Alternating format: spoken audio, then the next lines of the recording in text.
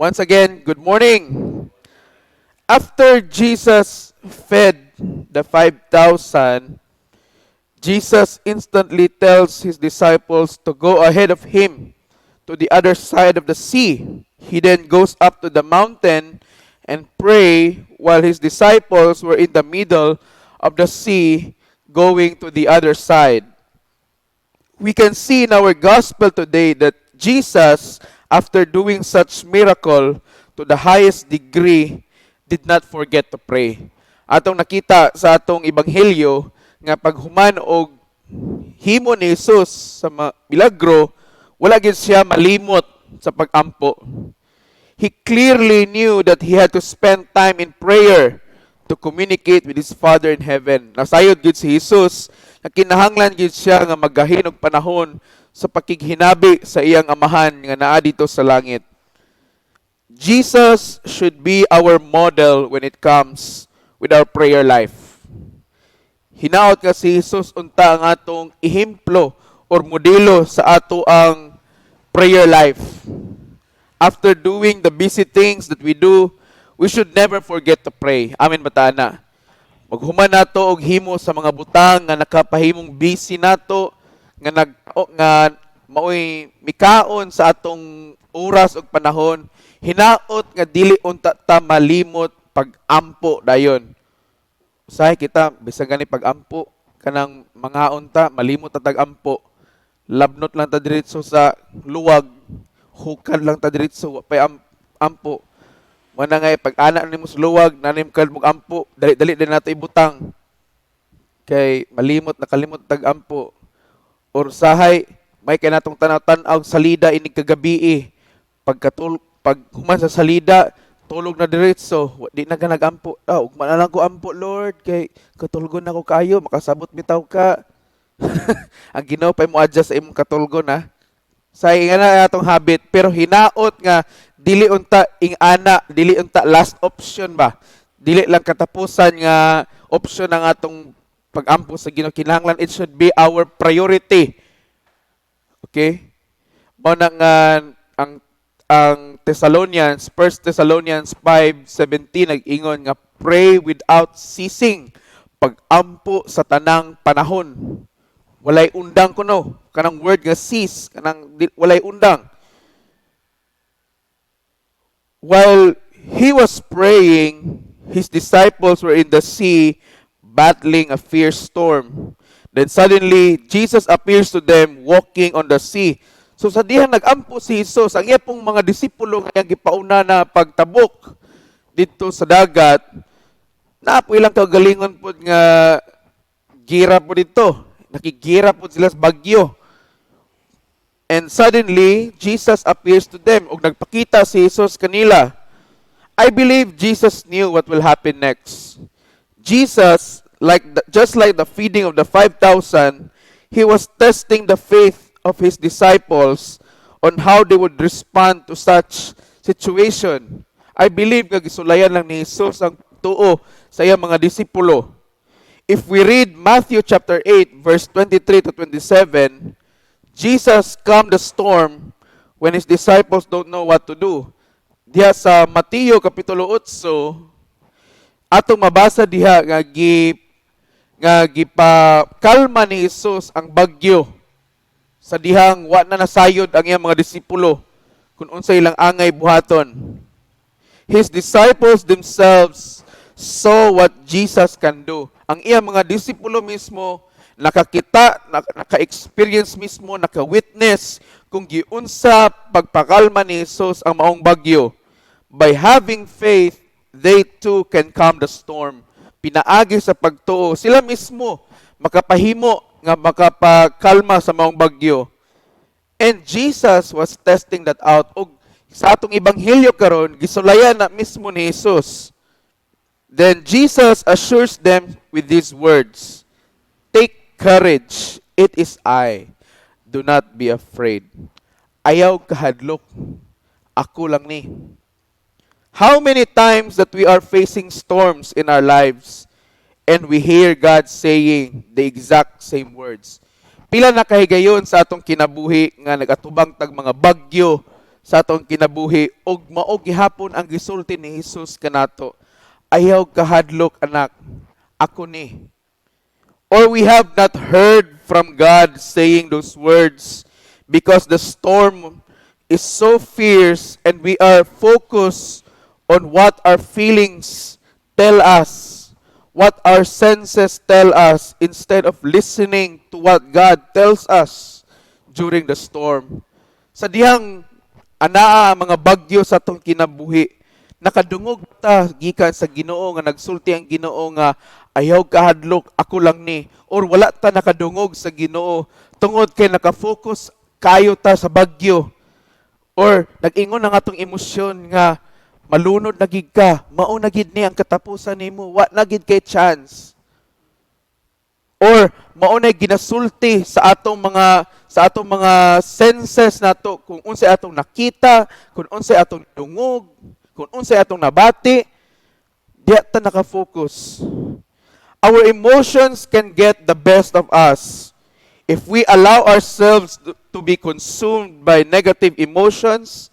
Our focus shifts to the negative things around us. Usahay, madaog kita sa atong mga emosyon, maunhan ta sa atong emosyon.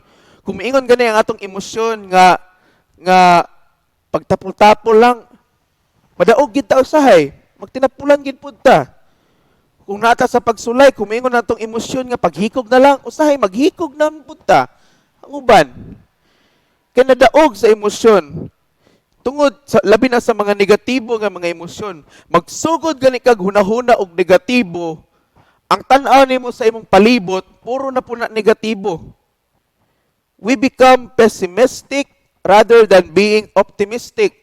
Imbis nga naon tatay paglaom, wa na hinuon diha kay puro negatibo.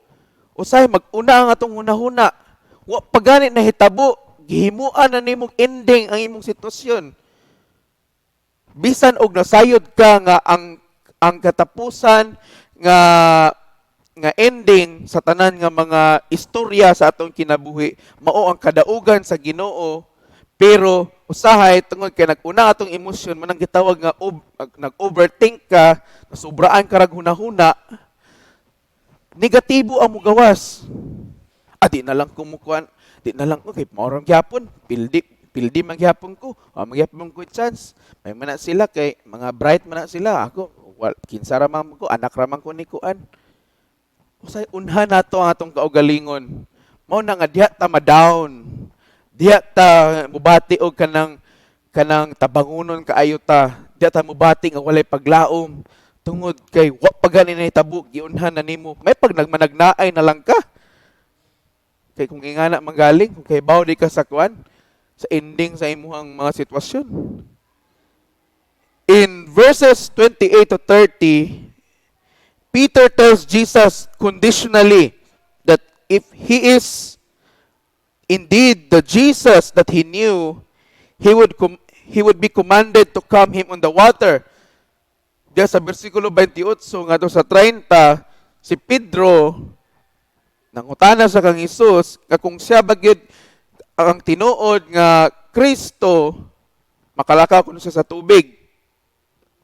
Indeed, we can be conditional in our relationship with God. Usahay, ingani gyapon ta sa atong relasyon sa Ginoo. We love testing God. Ganahan kita nga sulayan nato ang Ginoo. We love to give Him conditions as a sort of a safety net on our behalf if ever the thing that we ask from Him won't work. Usahay, mingon ta nga, Lord, kung tinuod gyud nga ikaw mag-provide sa among panginahanglanon, tagay ko ko sa among panginahanglanon be. Lord, kung tinuod gyud nga may gugmaon gid ka, tagay gug uyab. Say atong inganaon ng Ginoo ba sulay-sulayan nato ba? Lord, be kung tinuod gid Lord be nga kung tinuod gid ng Psalm 91 Lord be, adto ko dito sa mga na-COVID be, wala ko'y mask be. Tanang kung may infection, kung ma-COVID ko, dili gid na tinuod. Say ginana ta atong ganahan tag sulay-sulayan ang Ginoo. Although ningon ang Ginoo sa Malakay nga sulayi ako, pero ang gipasabot sa Ginoo nga sulayi ako, sulayi dito tights. Ayog sulay, ayog ka na hagit-hagiton, baka tuyo usay kay hagit-hagiton na itong Ginoo. Ang intensyon na to ba, wala problema nga sulayan mo ang Ginoo, pero dapat ang imong intensyon nga aron makita nimo ang kuan sa Ginoo kaayo. Usahay kay hagiton man nato nga kanang lahi atong intention. Murabag nangungit nas Ginoo ba? That is bad. And I'd like to call it mga if Christians, mga Kristohanon nga gitawag nga kung nga mga Kristohanon, kung tinuod bagid ka Lord, kung tinuod gyud nga kuan ka, kung insakto na yung giingon nila, puro kung ikaw ang klase ng Kristohanon nga kung sige lang ka kung. But God in His infinite mercy tells Peter to come. Apan di sa atong ebanghelyo niingon si Ginoong Hesukristo nga sige Pedro ali. If you were in Peter's situation, will you boldly accept the invitation and challenge of Jesus? Kung ikaw kuno si Pedro atong panahon na, ningon na Ginoo sa imo nga sige ali sa tubig, siguro ma-excited siguro ka oy. Nga mukawas gid ka dun sa sakayan. Di mo baklay sa tubig. Peter gets off the boat and slowly goes to Jesus, but soon as he saw the wind and the waves, he lost sight of his focus. He lost sight of the goal, Jesus. Ug sa dihang nikawas ni si Pedro, apan pagkakita niya sa hangin ug sa balod nga kusog kayo ang paghuros, nawala siya sa focus. Nawala siya ang iyang focus nga si Jesus, nga moadto kang Jesus, nawala siya ug nalunod din siya. Just like us, it is so good at first to accept Jesus, be in a relationship with Him, read the Bible, attending the church faithfully. Mura kita, usay, labi na ka ng bago patang na yung Kristohanon, lami kayo nga mga lagad sa Ginoo, nindot kayo makigrelasyon sa Ginoo, nindot kayo mupakli sa Biblia, nindot kayo nga magsimba. We are on fire. On fire kita ka ng dasig kita ba? Labi na bago patang nga Kristohanon. We have this burning desire to be with Jesus. Nakadumdum ko sa una nga pagsukad nga pagka-born again ako 2017. Kaingon ko kusang ko galingon nga may pagdri na lang ko simbahan magpuyo. Kinindot ka sa feeling. Kaingon pagigwa to nga kung mahimo unta oy kanang Lunes padulong sa Domingo nauntay simba kay ganahan ko magsimba, ganahan ko mag-serve. Ingana ang feeling sa kanang dasig ka Kristohanon kanang bago pa ka na born again ba? But as time goes by, when we begin to experience the storms in our lives with our walk with Jesus, the burning passion and desire is slowly fading away. Pero sa dihang padayon ta sa atong pag-journey, paglawig diya sa atong relasyon sa atong Ginoong Hesukristo og mubati og maka-experience na ta sa mga bagyo sa kinabuhi, kanang burning passion of desire, usahay, maghinay-hinay nagkawala dayon. No more reading the Bible. No more attending church.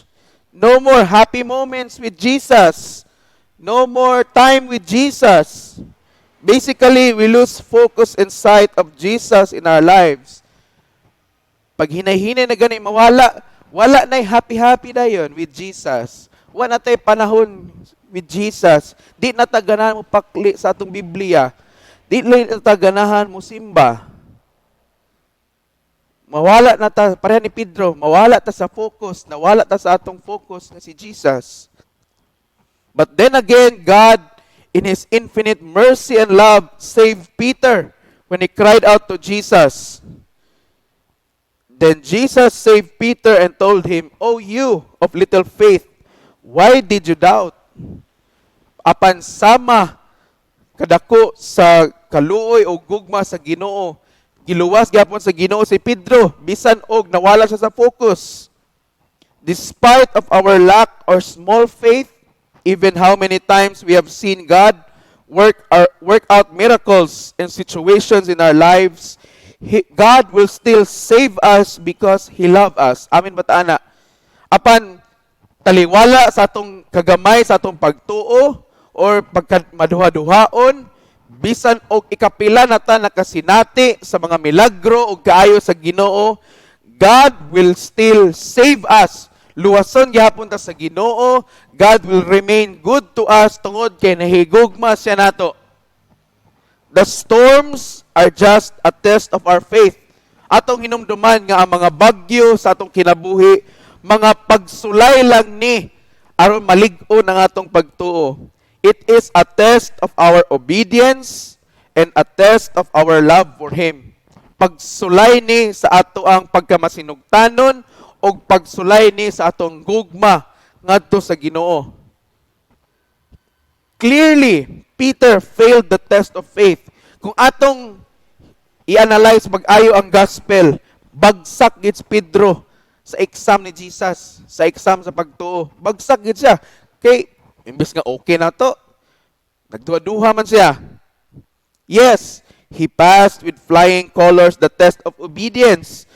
Pero pasar siya diya sa exam sa pagtuo, sa pagkamasinugtanon.